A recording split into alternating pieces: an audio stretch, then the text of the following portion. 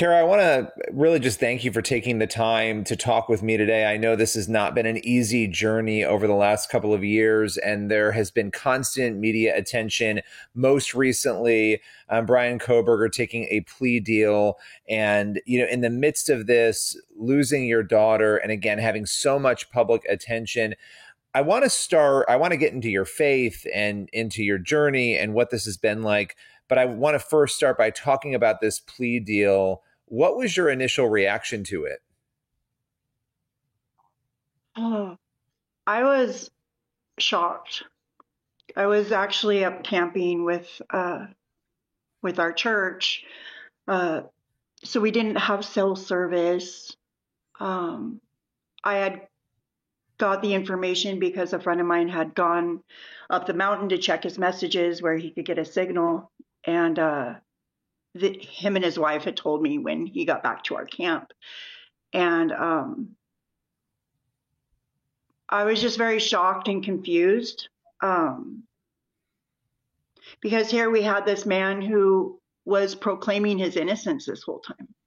Um, so there's been a lot of questions surrounding the case this whole time. Um, a lot of unanswered questions.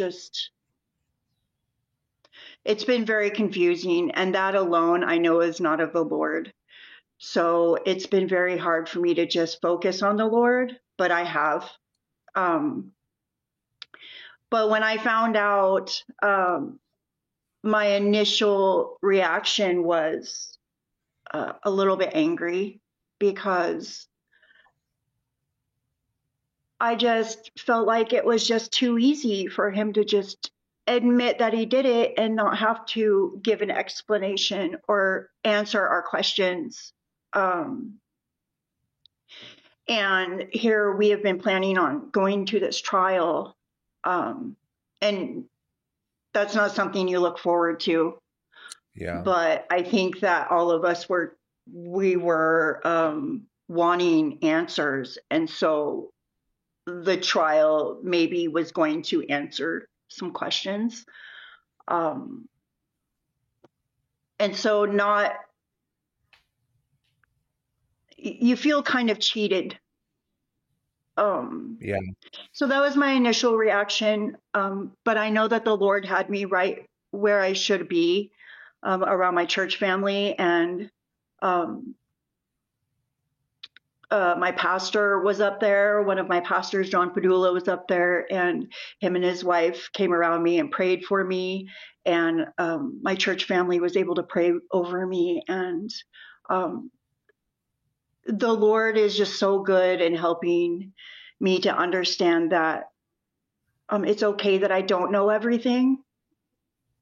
And that likely is for my protection. So I may never know all the answers that I want. I may never know. And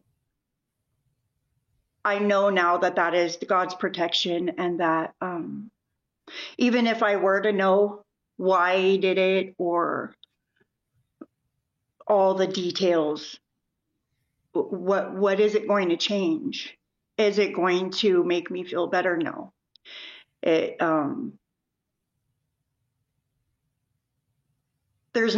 a senseless crime to take my beautiful daughter's life and her friends. And the more information we find out, the more questions we have. And there's never going to be a good enough reason for why it happened. There's never going to be a good reason for that. So I believe that if we are supposed to know, we will know. And I mean, the way that you spoke about this in other interviews, seeing the blessing in the midst of that, right? Coming to a place of understanding that protection you just talked about, as a parent, I can't imagine what you've been through, right? But what you're saying is so true. It doesn't change the end result, but if you are meant to know that, God will reveal that to you. You will find out if you're meant to know it. How have you navigated? I mean, you talked about your faith and being with your church community when this news came down recently. When you go back to when this first happened, where was your faith then? Where is your faith now? How has it sustained you through the unthinkable? I mean, when it happened, I was in a bad place. Um, and bad went to worse after it happened. I wish I could say that that was my aha moment, that that is when I ran towards Christ, but I ran towards drugs and alcohol instead, and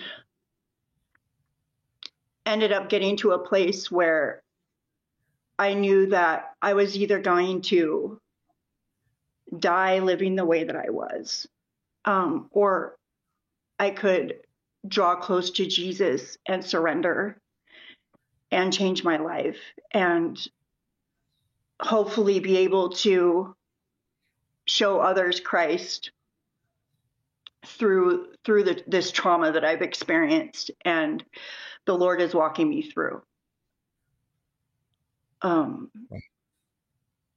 But I can't say enough how much the Lord has changed my life and how much peace He has given me through all of this. It's a constant battle. We battle against, not against flesh and blood, but against spiritual powers, spiritual wickedness. So when you really look at that and understand that this is a spiritual battle we're fighting, it really helps. Ephesians 6, right? It tells us right in Ephesians 6. Yeah, the armor absolutely. of God, right? Yeah. Yes. Can I ask you how long? So when Xana died, how long was it after that? You talked about going to this dark place that you did start running towards Jesus, and what was it that caused you to make that change? Because I think it's understandable that you would struggle in that way after such a horrific incident. But what was the time frame there? How long was it before you did find Christ? I think it was about a year, a little over a year. And I was arrested, and I had to spend time in jail for 10 months. Wow. And after that, I actually turned my life over to the Lord in a jail cell. Wow. But I can't explain it. Once I did that, it was like I was free. I was just filled with such joy and peace when I finally surrendered to God and decided that I was going to fully surrender and do it His way and not mine anymore. So I have a friend, Pastor Tim Remington, who has a faith-based recovery here in town in Coeur d'Alene. And I've known him for about 20 years. I went through his program 20 years ago. Him and his wife and his family are just wonderful people, and they just have a true heart for the Lord and for helping people in recovery, getting out of addiction. So I contacted Pastor and asked him to be able to go through the program again. So when I was released, I went through his program, and it was 3 months. And he has a ranch house out in the country where basically it's just a beautiful program where you are fed the word from sunup to sundown every day, and with no distractions. Wow. So that was huge for my healing, for me to come to a place of healing and to begin forgiving. And so it's been 18 months now. I've been completely sober. I do not smoke cigarettes. I don't take medication. I am completely free of every bondage through Christ. And there's just no other answer for that except for Jesus. Wow. I didn't know all of this about your backstory, right? When I reached out to you and we talked about doing this interview, I didn't know all of those struggles. I knew that you had been on a national stage because of what had happened to your daughter and this horrific story and that backdrop of everything you were going through, just to sort of ask you, before Xana's death, before these murders, were you struggling? Were these things, it sounds like that these were things that you did struggle with at different points throughout your life. And were you in the faith before in any way? Were you going to church, even though you were in those struggles before all of this? What was your spiritual life like beforehand? It wasn't very good. Yeah. I was raised in church, but I had fallen away from the Lord for many years and chose to live in my own way. So I had my ups and downs where I went to church and thought I was doing good, but I was always holding on to something of the world. I was never completely surrendering to the Lord. And I really believe that it just has to come to a place in your life where you're willing to just stop doing it your way and surrender fully to the Lord. His way is so much better, and it truly is freeing. I think people get scared when they think of recovery or they think of surrendering everything to the Lord, because we want to hold on to those things, to our anger, to our bitterness, to our addictions. And that's the enemy. We get comfortable in our sin or in our feelings, and the Lord just wants to take them from us, and he wants to fill us with his peace and his love. And it's truly freedom. That's freedom. Well, and when you found out this news, when this horrible event happened, and it made national news immediately. So I can't emphasize this enough for people who don't understand. When there's a trauma, losing a child is the most traumatic thing that can happen to somebody. Having it be a murder, then having it be a national news story. There's so many layers of that. And here you are, your face, and I can't speak for you, but hearing this story, it's very moving, because as an individual who already is having these struggles, you're faced with a couple of different options, and you ran the other way, sort of, back deeper into these issues. But then you find Jesus in this jail cell. You talked about peace. You talked about forgiveness. Let's talk about the forgiveness piece, because here you have a situation where a person is claiming they're before this plea deal that they're innocent. You're not being given reasons. How have you dealt with forgiveness? How have you gotten to a place of forgiving somebody who hasn't asked for that forgiveness? Because it's not for them. It's I'm sure he could probably care less if I forgive him. It's not for him. Forgiveness, the Lord asks us to forgive, and he does that so that we don't have to hold on to that bitterness and that anger and that hate, because it will destroy you. And it truly was destroying me.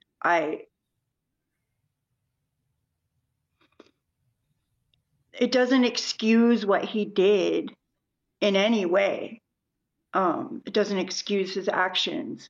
What it does is it releases me from that bondage of bitterness and anger and hatred. Yeah. That is not of the Lord. That's how the enemy wins. The enemy wins when we hold on to those things, because he got you right where he wants you at that point. So to forgive that's the hardest thing I've ever had to do. And I promise you, it was nothing in me. It was all Jesus. I knew I had to surrender that. I knew I had to, in order to begin healing and to be forgiven of my sins. Yeah. Yeah, the measure of how we forgive others, when the Bible talks about being, judged by that same measure, that's very convicting and very scary to think about, because a lot of times we don't forgive people. And when you're in a position like you have been in, your life has been totally changed on so many different levels, and it's incredibly moving to hear you talk about your faith. What do you want people to know about your daughter? Because I feel like when these events happen, it's headlines in media, and people are being fed certain pieces of information and not the full story, and you lose the humanity of the person and the victims in the midst of that. What do you want people to know about her, and who she was and what she meant to you? Xana was amazing. Anybody who knew her can see that. Even people who didn't know her can see that. She lit up a room. She was funny. She could make you laugh. She had a way of making everybody around her feel important and special. She was a true gift from the Lord from day one. She loved her siblings and her family. She was just a great, great girl. And she would have done amazing things.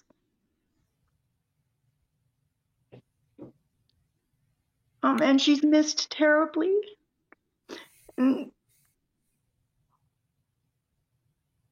I regret not telling her more how much she meant to me. I regret not being present in her life more. But I know that the Lord holds her now. And I know I have that hope of seeing her again. And I know she's safe in his arms now. Too soon. Absolutely. But I know where she is. And that's the best comfort that I have. When you think about the moment that you in your jail cell accepted the Lord and what came next for you, because here you are, a lot of people would not do any interviews. They wouldn't speak out. They wouldn't share. And that would be understandable. You're sharing very openly, not only the most traumatic event that has happened to you, your love for your daughter, and you're sharing your own journey, which is not easy to share. What has led you to be willing to do that and to so openly share that moment you had in the jail cell all the way through to this faith journey that you've been on now? Jesus. Because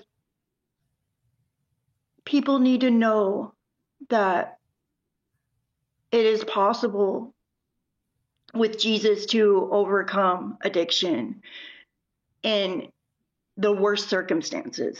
And I'm proof of that.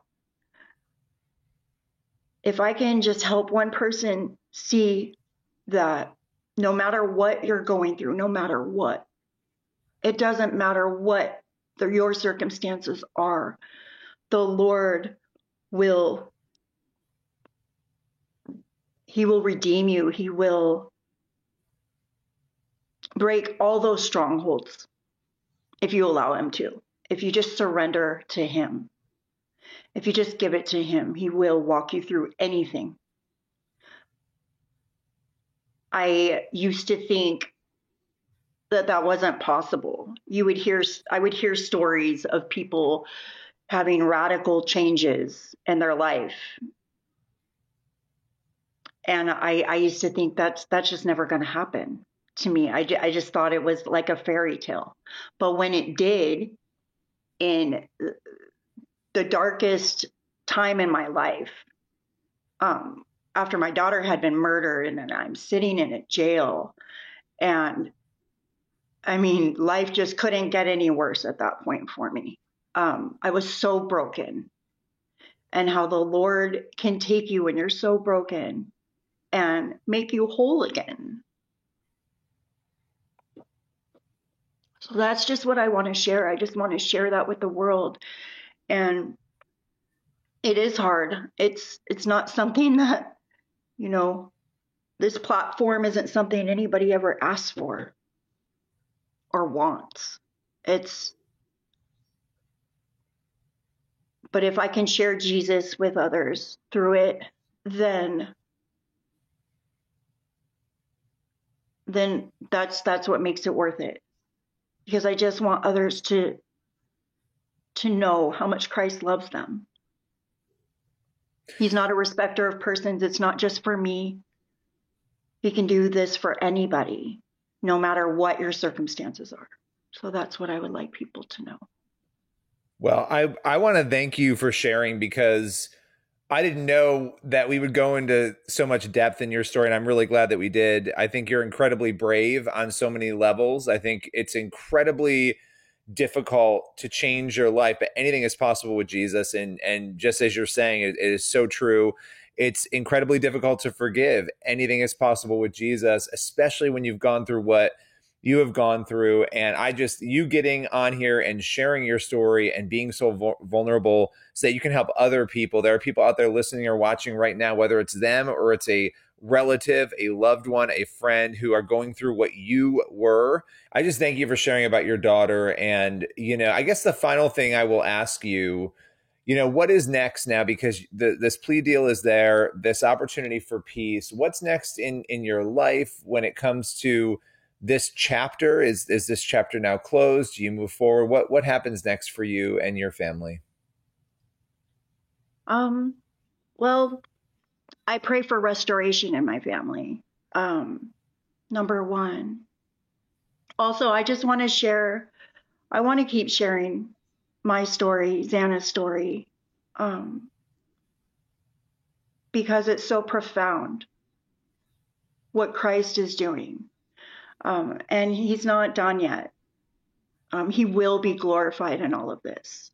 And I believe in a lot of ways he already is. So if I can just keep sharing what the Lord has done in my life so that I can help others who are caught in bondage of addiction or bitterness or unforgiveness or any of those things that we hold on to that keep us from Christ. And I just want to help people get to know who their Savior is. If I can love just that. point them to Christ. Well, I love that. And you're doing a beautiful job of doing that by sharing your story. I appreciate you joining us today.